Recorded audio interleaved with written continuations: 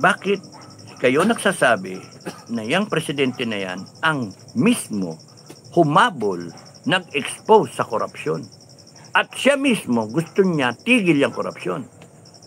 Ba't ayaw niya papuntahin si ayaw niyang kasuhan yung kanyang kapatid, ay yung kanyang pinsan, si Buaya. Ayaw niyang kasuhan yung asawa niya. Ayaw niyang kasuhan yung yung Siko. Pauwiin mo dito. Pauwiin niyo dito. Bigibi massive conduct pass. Make ensure na hindi siya mamamatay. Ba't ayaw niyong pasalitain yung Gutesa at saka yung mga kasama niya at dami mga picture pa na bagahe. Ano yun? Bakit? Bakit? Na ikaw talagang presidente na naghahanap ng tigil itong korupsyon na to. Palibasa kasi sinungaling kayo. Nakikita. Palibasa kasi kayo mga plastic hipokrito. Kunwari ngayon, mabait ka, walang alam, pero lahat, ilalaglag mo, pati asawa mo, ilaglag mo pa eh.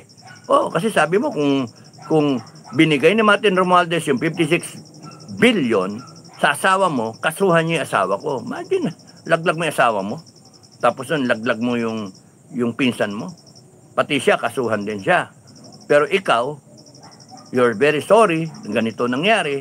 Tapos nun, napanood mo siguro yung vlog ko, naniwala ka na mag-sorry ka, parang GMA, I am sorry. Sa totoo lang nung pasana yun Hindi yung, why will I dignify a drug test? Mga banat mo kasi nun Mayabang pa yung dating mo. Pero pinak-check ka ng langit. Kaya yun.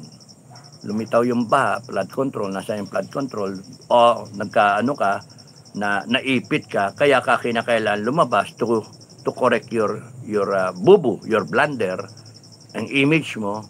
Kaya yun, bigla mo siningil out tong mga Diskaya, mga ganun, lahat ng mga contractor, DPW, hanggang doon lang, hindi Siko, pinaalis nyo. Lipad ka para safe ka. Nagsalita bigla ako kasi natakot siya, baka patayin nyo. Yan ang nangyayari. Tapos ngayon, bigla yung presidential sister, bangag ka. Yung matindi. Magnanakaw ka na, adi ka pa.